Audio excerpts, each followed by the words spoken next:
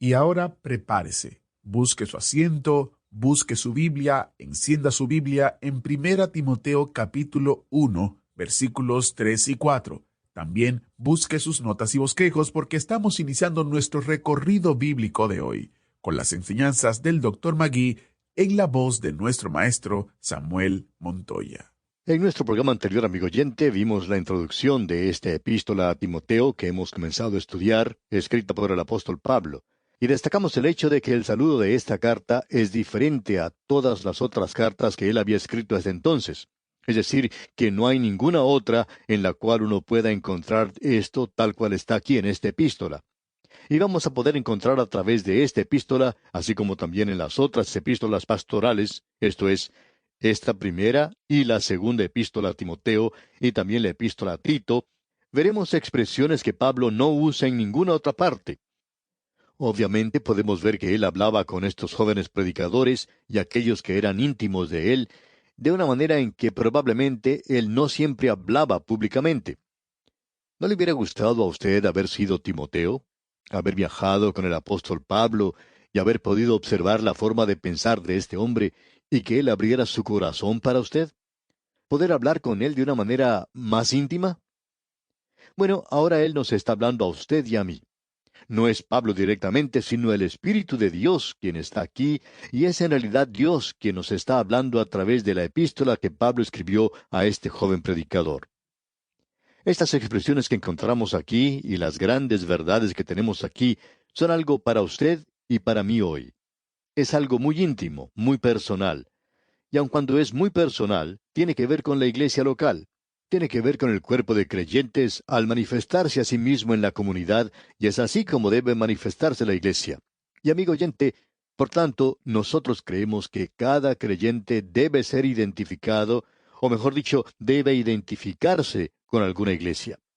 En nuestro programa anterior finalizamos con la introducción breve que tiene esta carta. Tuvimos que apresurarnos un poco cuando estábamos hablando de esa parte donde dice, gracia, misericordia y paz de Dios nuestro Padre y de Cristo Jesús nuestro Señor. Él está diciendo aquí que Timoteo es su propio hijo en la fe, pero que Dios es nuestro Padre, el Padre de Pablo, el Padre de Timoteo, y Él es su Padre, amigo oyente, si usted ha recibido a Cristo como su Salvador. Él es mi Padre porque yo he recibido a Cristo y he entrado a formar parte de la familia de Dios. ¿Y qué privilegio es este, amigo oyente?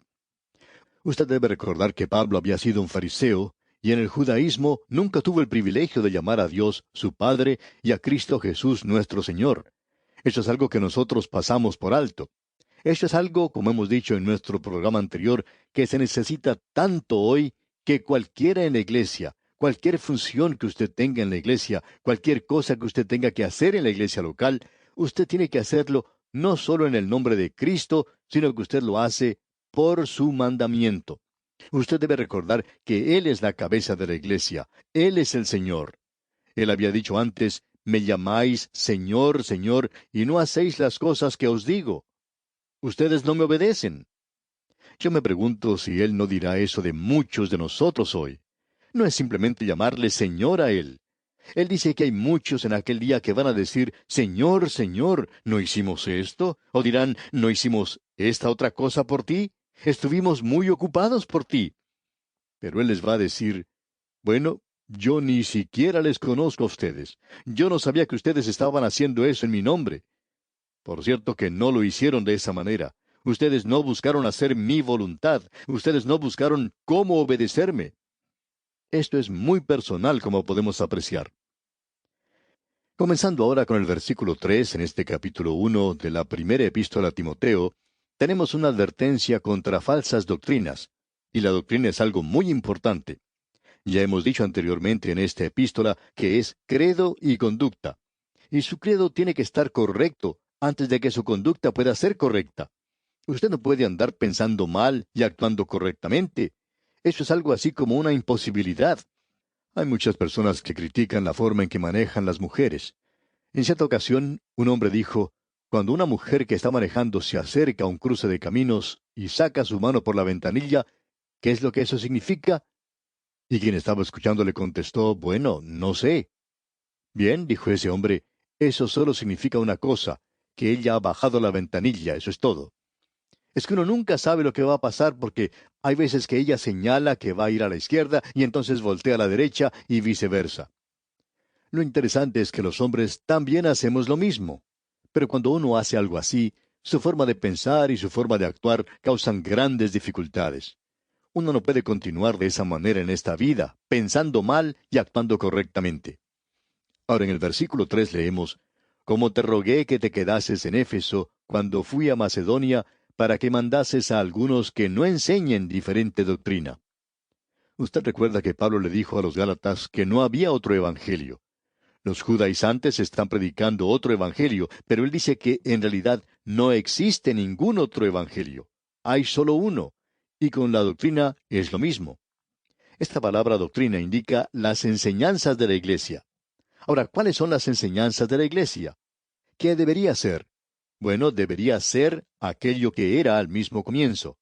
En el día de Pentecostés dice, y perseveraban en la doctrina de los apóstoles. Ahora había 4 cosas que caracterizaban a la iglesia: la doctrina de los apóstoles, la comunión unos con otros, el partimiento del pan, o sea, la cena del Señor, y las oraciones. Esas son las 4 impresiones digitales, por así decirlo, de la iglesia visible, y creemos que también son las mismas hoy. La iglesia no es una iglesia si la doctrina no es la doctrina de los apóstoles. En cierta ocasión, 2 pastores estaban conversando, y el uno le dijo al otro, «Hay tantas cosas en las que nosotros estamos de acuerdo. Estamos de acuerdo en aquello que es básico. Por tanto, no deberíamos separarnos a causa de las cosas que en realidad no son esenciales». Y amigo oyente, estamos de acuerdo con esta declaración. Ahora, nuestro sentimiento es que nos da pena que todos no crean como creemos nosotros, pero eso es lo que sucede. Pero hay ciertas verdades básicas, y una de ellas es la doctrina de los apóstoles, su entendimiento de la palabra de Dios. Ellos enseñaban la inspiración total, verbal de las Escrituras, la integridad, la infalibilidad de la palabra de Dios. Ellos enseñaban la deidad de Cristo. De paso, digamos que el apóstol Pablo en esta epístola presenta una vista sublime del Señor Jesucristo. Hay algunos que dicen que él nunca enseñó la deidad de Cristo. Sin embargo, amigo oyente, esa es una de las cosas que Pablo destaca tan claramente como el sol del mediodía. Él es muy claro en cuanto a la deidad del Señor Jesucristo. ¿Qué piensa usted que él quiso decir cuando dijo aquí, gracia, misericordia y paz de Dios, de nuestro Padre y de Cristo Jesús nuestro Señor? Él lo está colocando al lado mismo de Dios nuestro Padre y lo está haciendo a Él Dios aquí. Y esto lo podemos ver una y otra vez en estas epístolas pastorales. Y ahora hablando a este joven Timoteo, él dice, «Como te rogué que te quedases en Éfeso». Éfeso era un importante centro de esa época. Pablo pasó más tiempo en ese lugar que en cualquier otro lugar. Él tuvo su mayor ministerio en este lugar. Él dijo, «Yo quiero, Timoteo, que te quedes en Éfeso, y yo iré a Macedonia». Y por cierto que allí necesitaban mucha ayuda, para que mandases a algunos que no enseñen diferente doctrina. Eso era lo importante. La enseñanza de la iglesia tiene que ser algo correcto, propio, y si no está bien, entonces no es una iglesia. Y no interesa cuántos sean los diáconos y ancianos y ministros y directores de canto y coros y escuelas dominicales que usted pueda tener. Si allí no se tiene la buena doctrina, entonces no es una iglesia. Que no enseñen diferente doctrina, dice. Eso es lo que él está diciendo aquí. Luego nos sigue diciendo, ni presten atención a fábulas. Es decir, que no le preste atención a los mitos y fábulas. Y en Éfeso se encontraba el corazón de las religiones misteriosas de aquel día. En ese gran centro se podía encontrar los templos de Adrián, los templos de Troya, el gran templo de Diana de los Efesios. Todo eso estaba allí en Éfeso, junto a las demás religiones misteriosas del lugar. Ahora Pablo dice que esas cosas están pasando porque están basadas en mitos, en la mitología de los griegos. Ni presten atención a las fábulas y genealogías interminables. Esta expresión es algo muy interesante la que utiliza Pablo. Esto puede referirse a la filosofía de Filón. Filón era un israelita muy destacado, brillante podríamos decir, que tomó el Antiguo Testamento y lo espiritualizó. Él trató de introducir el punto de vista de la mitología. Y tenemos eso hoy. En algunos seminarios, por ejemplo, dicen que el libro de Génesis es un mito. Es decir, que todas las historias allí son mitos, que estas personas no vivieron y cosas por el estilo. Sin embargo, hoy tenemos una acumulación tal de descubrimientos arqueológicos y cosas relacionadas con eso, que notamos que no se enfatiza tanto esa filosofía como se enfatizaba en días pasados. Pero aún así, hay quienes creen en eso. Y son simplemente genealogías interminables. Tratan con esta clase de cosas y hacen de la iglesia simplemente una continuación del judaísmo. Es una genealogía después de otra y no hay diferentes dispensaciones. Así es que puede referirse a esto. También debemos decir que los griegos estaban enseñando aquello que es conocido como demiurgo. Es el nombre del dios creador de la filosofía platónica.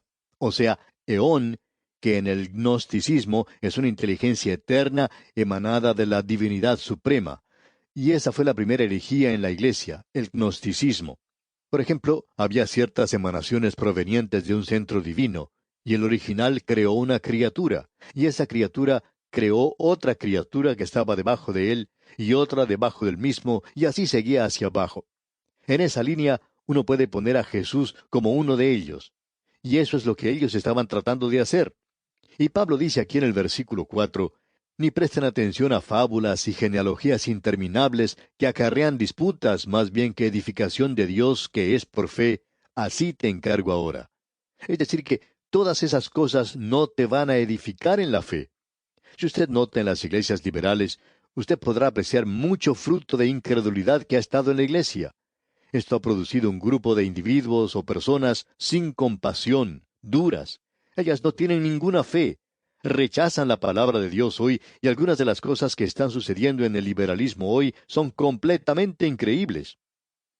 Y luego Pablo dice aquí en el versículo 5 de este capítulo 1 de la primera epístola a Timoteo, pues el propósito de este mandamiento es el amor nacido de corazón limpio y de buena conciencia y de fe no fingida. Si lo que se enseña en la iglesia no es producto de amor nacido de corazón limpio, y esas expresiones, digamos de paso, pueden ser usadas de una manera íntima con este joven predicador. Él nunca utilizó esta clase de lenguaje cuando escribía sus epístolas a las iglesias. Pero si lo que se enseña en la iglesia no es producto de amor nacido en corazón limpio, entonces no sirve para nada. Y ahora nosotros nos preguntamos, ¿qué es un corazón limpio? Bueno, está en contraste con la vieja naturaleza que nosotros tenemos. Quiere decir una persona que ha sido hecha justa y que ahora puede manifestar los frutos del Espíritu, y uno de ellos es amor. Y estas dos cosas, por tanto, que deben ser manifestadas en la iglesia, son la fe en Dios y en la palabra de Dios. Fe del uno con el otro, y en muchas iglesias hoy es difícil poder confiar en ciertas personas. Y eso ocurre en muchas iglesias, pero por supuesto no vamos a entrar en detalles aquí. Así es que debe haber fe y debe haber amor. El amor no es algo que uno está expresando todo el tiempo verbalmente, especialmente por alguna persona que lo hace continuamente desde el púlpito. El amor hoy es cierta preocupación por los demás, y esa preocupación por los demás quiere decir que usted no va a estar contando chismes en cuanto a esas personas. Indica que usted no va a hacer nada que le pueda causar daño a ellos. Usted no va a tratar de perjudicarles. Cierta iglesia casi fue destruida porque la gente trató de arruinar el ministerio de un pastor. Habían tratado de hacer todo lo que podían. Una de las cosas que no podían hacer era acusarle a él de no enseñar la palabra de Dios. Este hombre, por cierto, que predicaba la palabra de Dios, y sin embargo, esta gente estaba tratando de hacer eso. Y luego hablan acerca del amor. Amigo oyente, ¿cuán hipócrita puede llegar a ser uno? Usted se da cuenta que esto no es algo de lo que uno habla a los demás, es algo que se manifiesta. La fe y el amor son cosas que deben ser manifestadas. En una organización como tal, usted puede tener diáconos y tener esa organización. Y si usted llega a tener una forma de gobierno episcopal o congregacional o presbiteriano, eso no hace ninguna diferencia. Si estas cosas están faltando allí, la fe y el amor, pues entonces puede llegar a ser una sociedad cualquiera, puede que sea un grupo religioso. Por el contrario, si estas cosas se están manifestando, entonces la forma de gobierno que exista allí no es muy importante. Creemos que eso es lo que Pablo está tratando de enfatizar aquí. Luego él dice nuevamente en este versículo 5, pues el propósito de este mandamiento es el amor nacido de corazón limpio y de buena conciencia y de fe no fingida. Ahora aquí tenemos tres cosas: el amor, una buena conciencia y la fe no fingida. No creemos que la conciencia puede ser una guía para los creyentes hoy, pero un creyente debe tener una buena conciencia. Cuando usted se acuesta a dormir durante la noche, ¿se siente mal en cuanto a algo que ha dicho o que ha hecho? Hay muchos creyentes que son sensibles y que así lo hacen, pero hay otros que tienen una conciencia que ha sido estampada con un hierro candente. Pero aquí tenemos tres cosas maravillosas: el amor, una buena conciencia y fe. Estas son las cosas que deben ser manifestadas en la iglesia local. Luego leemos en el versículo 6, de las cuales cosas desviándose algunos se apartaron a vana palabrería. Y lo que esto significa es una conversación vacía, conversaciones sin sentido, palabras hermosas quizá, un lenguaje muy florido, le dan palmaditas en la espalda. Vana palabrería, dice Pablo, palabras vacías, no tienen ningún significado. Y continúa en el versículo 7, queriendo ser doctores de la ley, sin entender ni lo que hablan ni lo que afirman. Pablo está hablando aquí de una manera muy directa.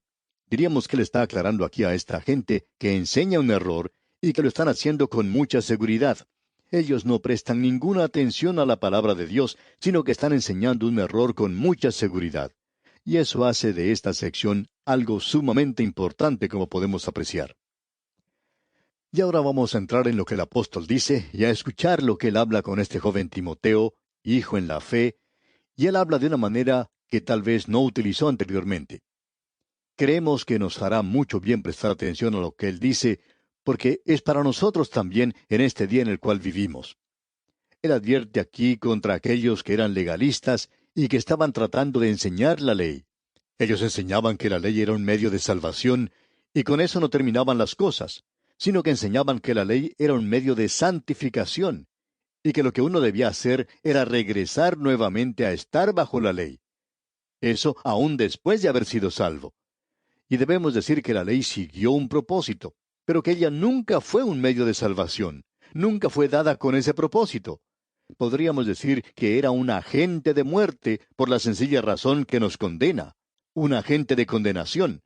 Por tanto, podemos decir que la ley nunca fue dada para salvar al hombre, fue dada para revelar al hombre que él era un pecador y que necesitaba un Salvador. Bien, amigo oyente, vamos a detenernos aquí por hoy y Dios mediante continuaremos con este tema en nuestro próximo programa. Como es nuestra costumbre, les sugerimos leer y meditar en el contenido de los siguientes versículos de este capítulo 1 de la primera epístola del apóstol Pablo a Timoteo. Deseamos a usted una vida de estrecha comunión con el Señor. Agradecemos